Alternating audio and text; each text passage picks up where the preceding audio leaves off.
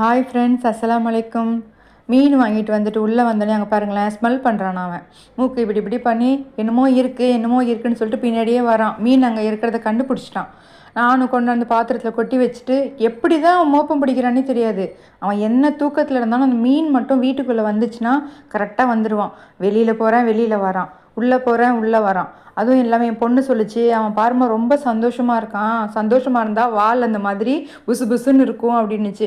ஆமாம் பார்க்குறேன், புசு புசுன்னு நிற்கிது. இங்கே பாருங்களேன், இவன் கிச்சனுக்கு போகிறானா, கிச்சனுக்கு பின்னாடியே வரானா, வெளியில் போவேன், வெளியிலையும் அப்படி தான் வருவான். கொஞ்சம் வெயிட் பண்ணிடா, வேக வச்சு தரேன், க்ளீன் பண்ணலை இன்னும், க்ளீன் பண்ணிவிட்டு வேக வச்சு தரேன்டான்னு சொல்கிறேன்.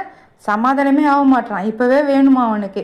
ஒரே கத்திக்கிட்டே பின்னாடியே வந்துட்டு போயிட்டு இருந்துட்டு இருந்தான். நான் என்ன பண்ணேன், க்ளீன் பண்ணிவிட்டு எதுவுமே போடாமல் சும்மாவே வேக வச்சு கொடுக்கணும்.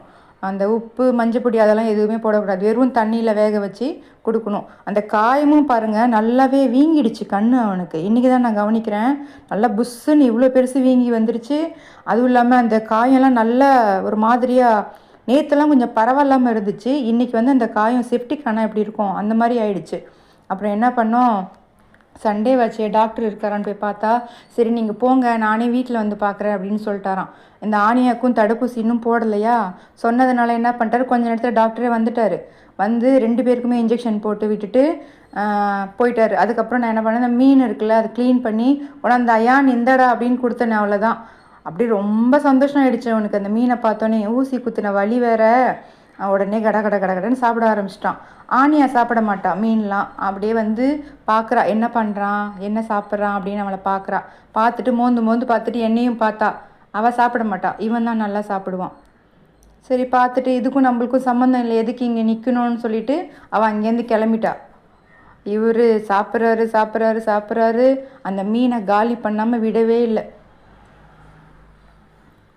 அயானுக்கு இன்னைக்கு ஒரு செம்ம புடி. பாருங்கள் எப்படி சாப்பிட்டுட்ருக்காங்கன்னு. இவ சும்மா வேடிக்கை தான் பார்க்குறா. பூனைனாலே எல்லா பூனையும் மீன் சாப்பிடுவோம், இது என்ன பூனைன்னு தெரியல, மீனை மோந்து பார்த்துட்டு அங்கேருந்து வந்துடுச்சு. வேணாமா, சரி நீ சாப்பிட்றன்னு சொல்லிட்டு வெயிட் பண்ணிட்டேன். பொறுமையாக சாப்பிட்டுச்சு. அந்த கண்ணும் சரியாக அவனால் திறக்கவே முடியல. டாக்டர்கிட்ட சொன்னேன்னா மஞ்சளும் வேப்பெண்ணெய் மட்டும் வைங்க, வேறு எதுவும் தேவையில்லைன்னு சொல்லிட்டு இவனுக்கும் அந்த தடுப்பூசிலாம் போட்டு விட்டுட்டு ஆனியாவுக்கும் தடுப்பூசிலாம் போட்டு விட்டாங்க. போட்டு விட்டுட்டு அப்புறம் 2 நாள் கழித்து கூட்டிகிட்டு வர சொல்லியிருக்காங்க.